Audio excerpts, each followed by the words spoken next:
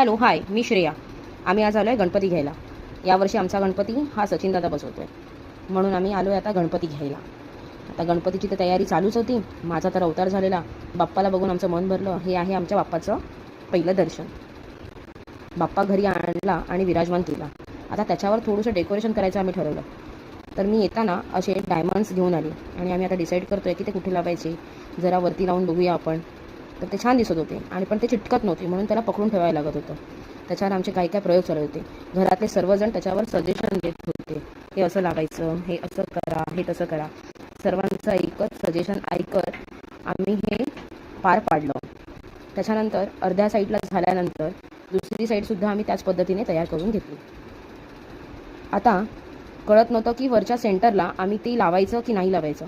कारण का वरच्या सेंटरला लावलं की हार आणि फुलं डोक्यावरून घालतात बाप्पाच्या, आणि ते करत असताना एखादा स्टोन जर पडला तर तो विचित्र दिसेल. त्यासाठी आम्ही असं ठरवलं की आधी आपण दोन्ही साईडला लावून घेऊया आणि मग ठरवूया की सेंटरला लावायचं की नाही लावायचं. त्याच्यावर आम्ही सर्वजण सजेशन घेत होतो सगळ्यांचं. त्याच्यावर ही आहे साक्षी, ही मला नेहमी मदत करते. त्यानंतर आम्ही ठरवलं की एकच आपण स्टोन फक्त सेंटरला लावायचं. त्या पद्धतीने आम्ही तो लावून घेतला. आता राहिलं मुकुट. आता मुकुटाला लावताना काय करायचं हे आम्हाला कळतच नव्हतं.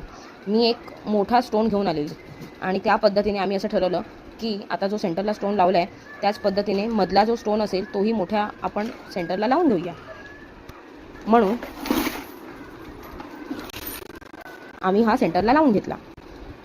सेंटरला लावल्यावर थोडंसं काहीतरी मिसी वाटत होतं, म्हणून आम्ही असं ठरवलं की हा सेंटरला लावून झाल्यावर बाजूलासुद्धा त्याच्या 2 डायमंड्स आपण असे लावूया.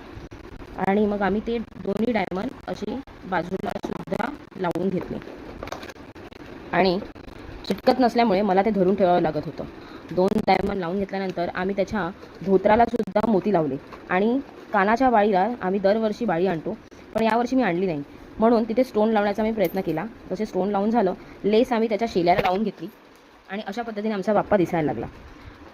त्याच्यानंतर माझे मिस्टर आले आणि त्यांनी मला असं सांगितलं की तुम्ही सेंटरला का नाही लावत आहे. तर मी घाबरत होती की ग्लू जर बाप्पाच्या चेहऱ्यावरून खाली आला तर ते बाप्पाचा चेहराला काही झालं नाही पाहिजे, म्हणून मी घाबरत होती. पण ह्यांनी हात लावल्याशिवाय डेकोरेशन पूर्ण कसं होणार, म्हणून ती लेस ह्यांनी लावली. अशा पद्धतीने आमचा बाप्पा छान दिसायला लागला. कसा वाटला तुम्हाला आमचा बाप्पा? हे त्याचं फायनल लुक. त्याचं रूप पाहून आमचे डोळे तृप्त झाले.